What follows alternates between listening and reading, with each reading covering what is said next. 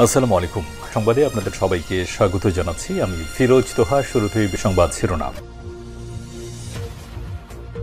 জানিয়ে দেব এই মুহূর্তে হাতে পাওয়া সর্বশেষ গুরুত্বপূর্ণ আপডেট বাংলা সংবাদ। শুরুতেই থাকছে টপ কমান্ডারদের বিচার 1 বছরের মধ্যেই শেষ হবে।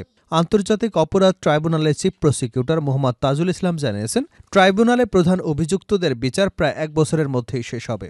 মানবতা বিরোধী অপরাধের বিচার প্রক্রিয়ায় সাধারণত শীর্ষ অপরাধী বা টপ কমান্ডারদের বিচার করা হয় উল্লেখ করে তিনি বলেন, আমরা টপ কমান্ডারদের বিচার করছি এবং এ প্রক্রিয়া খুব শিগগিরই শেষ হবে। এবারে জানাবো আগামী নির্বাচনে ইসলামপন্থীরা ঐক্যবদ্ধভাবে নির্বাচন করবে। ইসলামী আন্দোলন বাংলাদেশের আমির চরমোনাই পীর মুফতি সৈয়দ মোহাম্মদ রেজাউল করিম বলেছেন, আগামী নির্বাচনে প্রতিটি আসনে ইসলামপন্থীদের একক প্রার্থী নিশ্চিত করা হবে। ইসলামপন্থীরা ঐক্যবদ্ধভাবে সব আসনে প্রার্থী দেবে এবং মানুষের রক্তে কেনা বিপ্লবকে অর্থবহ করবে।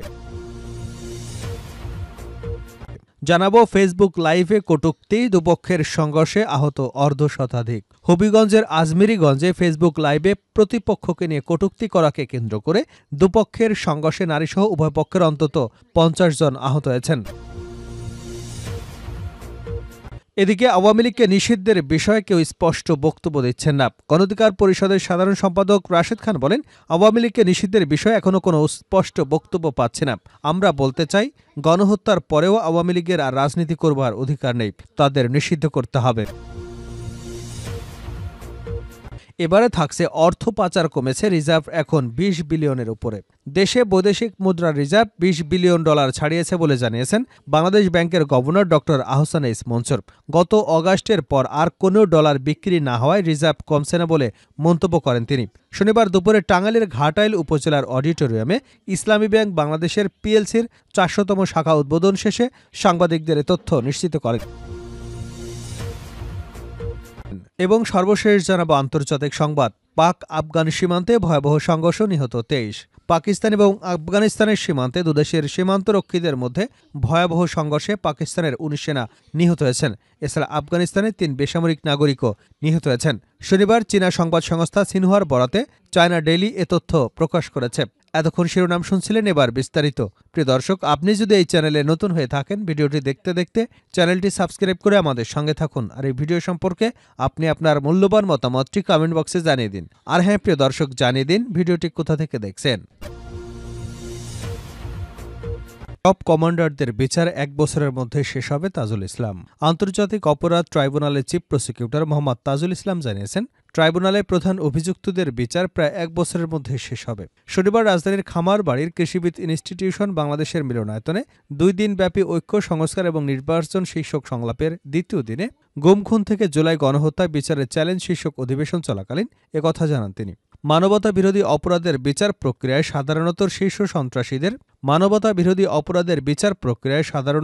শীর্ষ অপরাধীদের বা টপ কমান্ডারদের বিচার করা হয় উল্লেখ করে তিনি বলেন, আমরা টপ কমান্ডারদের বিচার করছি এবং এ প্রক্রিয়া খুব শিগগিরই শেষ হবে। তাজুল ইসলাম বলেন, ট্রাইব্যুনাল এমন এক পর্যায়ে পৌঁছেছে যে আগামী 1 বছরের মধ্যে প্রধান অভিযুক্তদের সকল বিচার সম্পন্ন করা সম্ভব হবে। তিনি বলেন, দেশের অন্যান্য অপরাধের বিচার সাধারণত আদালতে চলমান রয়েছে এবং সে বিচার কিভাবে চলবে তা সংশ্লিষ্ট আদালত নির্ধারণ করবে। তাজুল ইসলাম বলেন, প্রধান উপদেষ্টা ডক্টর মোহাম্মদ ইউনূসের সঙ্গে সম্প্রতি তার কথা হয়েছে।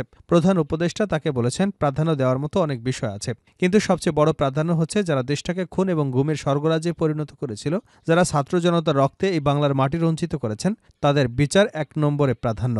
এ জায়গায় ব্যর্থ হবার কোনো সুযোগ নেই বলেও প্রধান উপদেষ্টা তাকে জানিয়েছেন বলে জানান তিনি। সারা দেশে মানবতা বিরোধী অপরাধ সংঘটিত হয়েছে এবং এর সঙ্গে আওয়ামী লীগ ও তার অঙ্গ সংগঠন রাজনৈতিকভাবে সম্পৃক্ত ছিল। এর সঙ্গে সব আইনশৃঙ্খলা রক্ষাকারী বাহিনীর অধিকাংশ কর্মকর্তার সম্পৃক্ততা ছিল। দেশব্যাপী সবকিছুর বিচার করতে গেলে এই ট্রাইব্যুনালের পক্ষে তা সম্ভব নয় বলে জানান চিফ প্রসিকিউটর। আগামী নির্বাচনে ইসলামপন্থীরা ঐক্যবদ্ধভাবে নির্বাচন করবে, চরমোনাই পীর।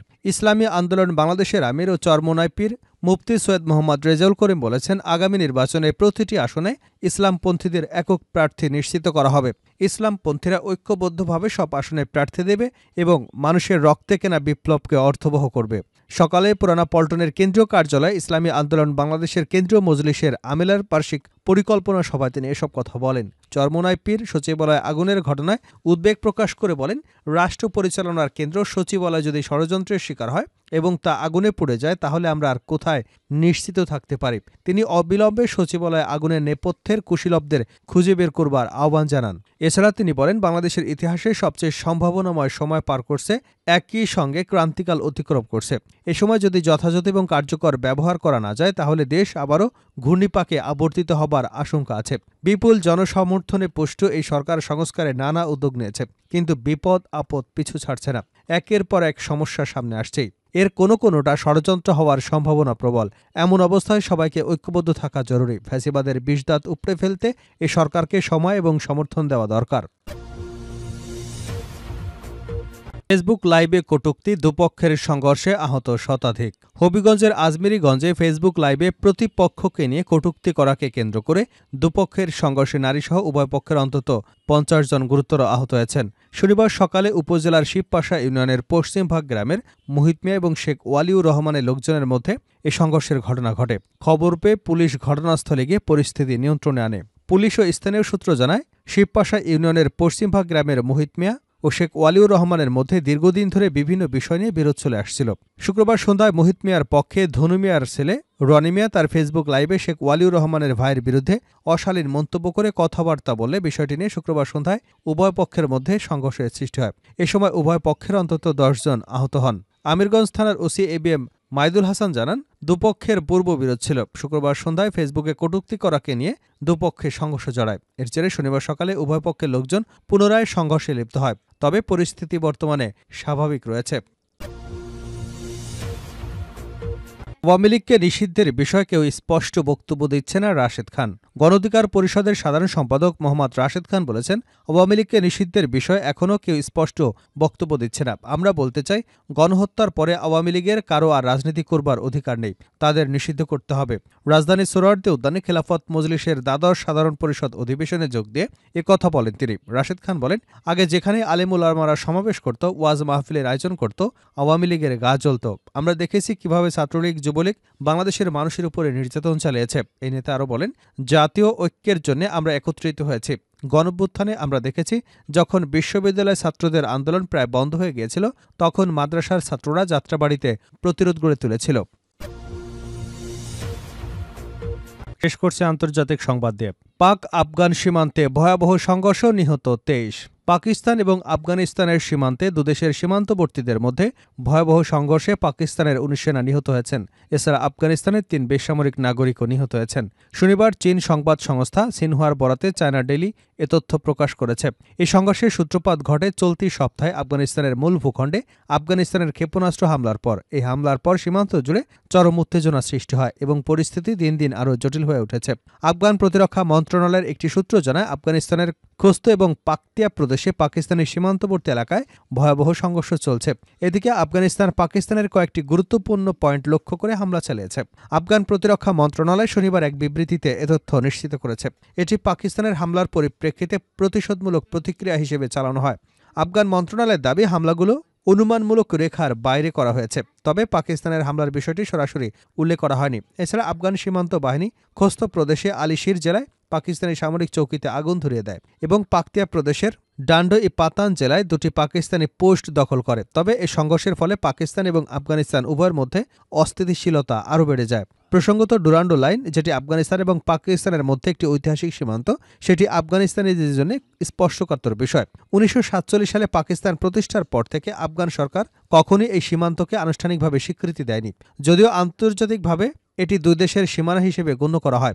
আফগানিস্তান এবং পাকিস্তান উভয় এই সীমান্ত নিয়ে বিতর্কে জড়িত এবং আফগানিস্তানের পূর্ব দক্ষিণ অঞ্চলে বাস করা পাশতুন জনগণের জন্য এটি গুরুত্বপূর্ণ বিষয় হয়ে দাঁড়িয়েছে। এই সংঘর্ষের মধ্যে আফগানিস্তানের মর্টার শেলের আঘাতে ৩ বেসামরিক নাগরিক নিহত হয়েছেন। আফগান প্রতিরক্ষা মন্ত্রণালয় জানিয়েছে, পাকিস্তানি সেনাদের ছোড়া মর্টার শেলের আঘাতে এই হতাহতের ঘটনা ঘটেছে।